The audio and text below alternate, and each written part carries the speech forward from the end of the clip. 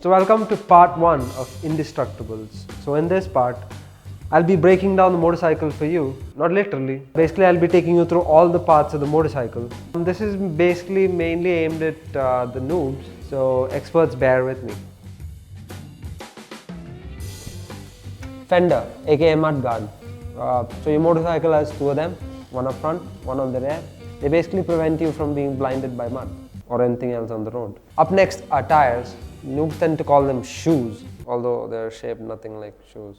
And then we have rims that hold the shoe in place. And this, as you can see, is a drum brake, and these went extinct 50 years ago. So nowadays motorcycles have disc brakes, which look like discs. Next up is your motorcycle's front forks. These make up your front suspension, and these basically go bouncy and prevent your vertebrae and other sensitive areas from being shattered by the road.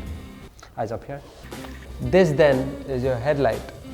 People call it the eye of your motorcycle.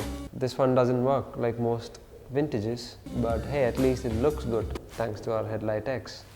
Exceptional value for money. Up next is a very curvy motorcycle fuel tank. Mostly curvy. This is basically where you put all your money as fuel, which later gets turned into noise.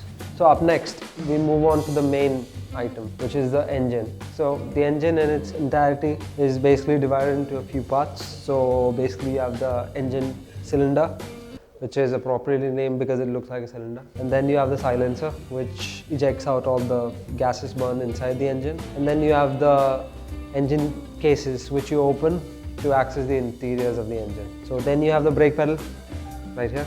And then you have pegs to keep your foot. For this bike, it is concealed because looking good is important.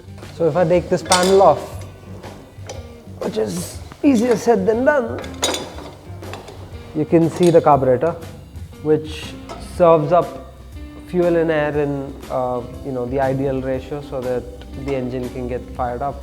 Okay, so now let's go over to the other side and see what we have to look over there.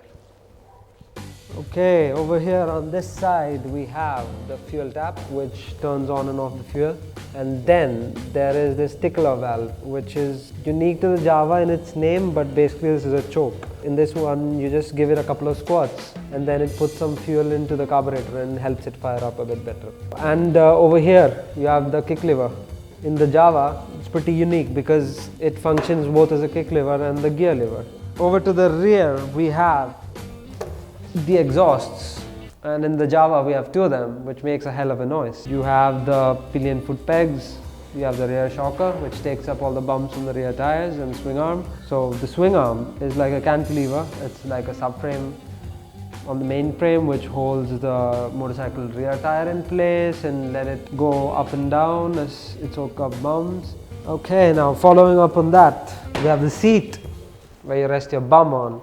And then you have a grab rail for the passenger, and we've given like a mini sissy bar, if you might say.